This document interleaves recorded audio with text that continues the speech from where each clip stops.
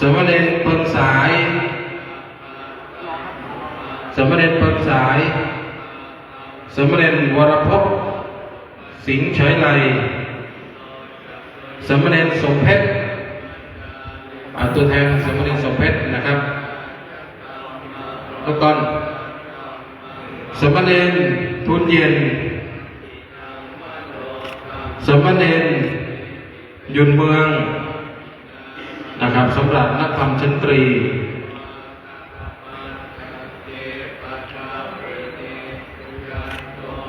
ต่อไปในระดับนักธรรมชั้นโทนะครับสมณเณรธนวิทย์แสนภูสมณเณรเอกชัยนิพนธ์เลยนะครับสมณเณรบุญเสริมจาริกกิรีสมณเณรทัพเพชรพิทักษ์คิรีสมณเณรนิรันดร์วนาเฉลิมรัตน์สมณเณรสุวิทย์ไทยประภาสสมณเณรกรวิทย์วนาเจริญสิทธิ์สมณเณรนันทพงศ์ห้อยไพรชนสมณเณรศิวกรเมืองลี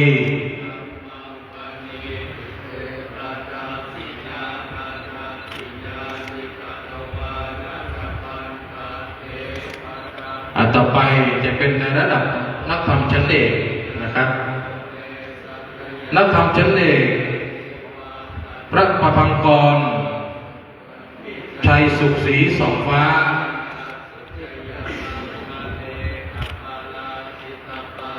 สมณเณรศรีวัดโคกศรีนอกสมณเณรวิทยาสวยคำ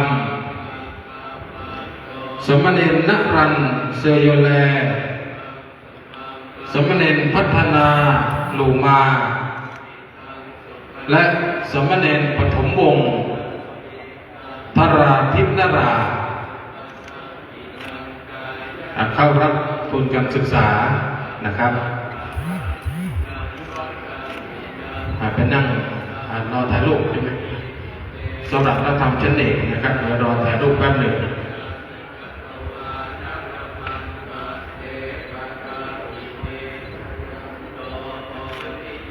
ก็เป็นนักเรียนที่เข้ารับทุนการศึกษาในระดับนักธรรมชั้นตรีชั้นโทชั้นเอกนะครับที่ทางด้านท่านอาจารย์รองศาสตราจารย์ดร.เกียรติศักดิ์ ณ ลำปางพร้อมกับคณะได้ปรารณามอบทุนการศึกษาเพื่อเป็นขวัญและกำลังใจที่จะศึกษาเล่าเรียนในระดับต่อไปนะครับซึ่งจะถ่ายรูปนักธรรมชั้นเอกก่อนนะครับจะขอถ่ายรูปนักธรรมชั้นเอกก่อน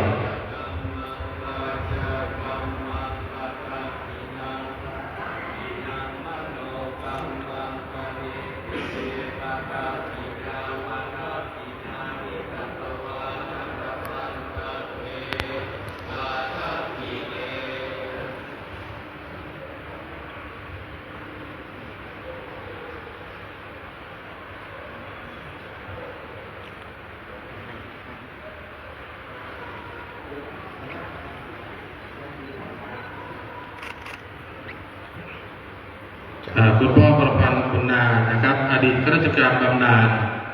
ได้เข้าประเคนถวายที่ท่านพระครูสุนทรธรรมสิทธิ์นะครับเจ้าวาดวัดหนองแยงรองเจ้าคณะตำบลหนองแยงนะครับสำหรับทุนการศึกษาของวัดหนองแยงนะครับที่ได้สอบผ่านนักธรรมชั้นตรีชั้นโทชั้นเอกนะครับ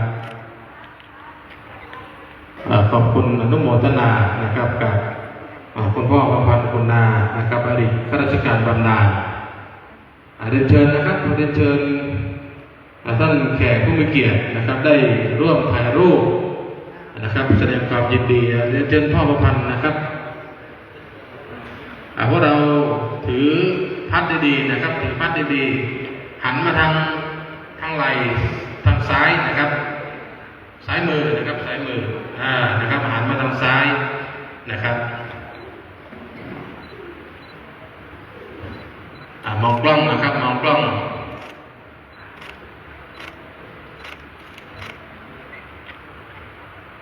มองกล้องที่จะสนิทต่อนะครับ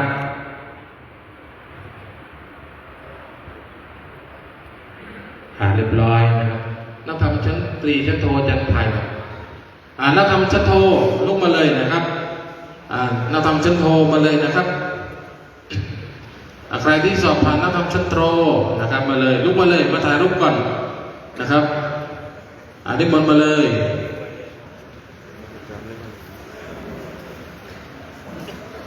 นักธรรมชั้นโทมาเลยขยับมาฝั่งนี้ด้วยนะครับยืนฝั่งนี้หลายๆรูปหน่อยนะครับชันเข่านะครับนั่งชันเข่านั่งชันเข่าไม่ใช่นั่งคุกเข่านะครับนั่งชันเข่าแล้วก็ยืดตัวขึ้นรู้จักไหมเหมือนศิวกรเหมือนเอกชัยนะครับเชิญอาจารย์นะครับเชิญแขกไทยอีกครั้งหนึ่งนะครับถือทุนด้วยนะครับถือทุนด้วยพวกเราถือทุนด้วยทุนอยู่ไหนเมื่อกี้นักธรรมชั้นตรีมายืนฝั่งนี้รอเลยนะครับนักธรรมชั้นตรีมายืนฝั่งนี้รอเลยนะครับอาจจะได้เตรียมตัวเนาะนะครับ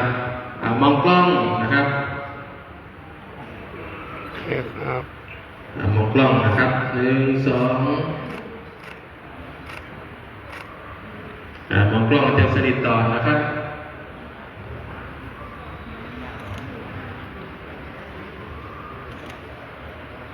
เรียบร้อยนะนักธรรมชั้นตรีมาเร็วมาเลยนักธรรมชั้นตรีมาเลยนะครับมายืนข้างๆที่นักธรรมชั้นเอกสูงด้วยสูงนะครับสูงยืนนะครับสูงยืนอยู่มาอยู่ที่ฝั่งพี่นนท์คนหนึ่งพี่นนท์คนหนึ่ง2 คนนะครับนั่งตรงนี้ด้วยนั่งที่พี่เอกชัยนะครับแล้วก็ตัดมาฝั่งนี้มานี่นี่แถวนี้มาเลยไปเดินไป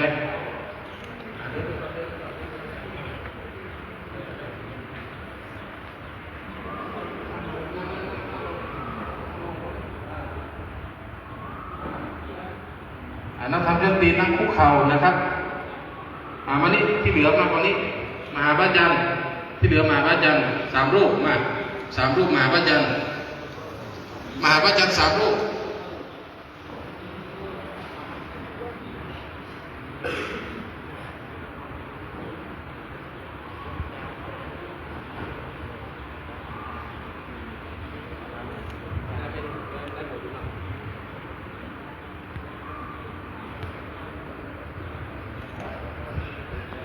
มองกล้องนะครับมองกล้องขยับมาหน่อย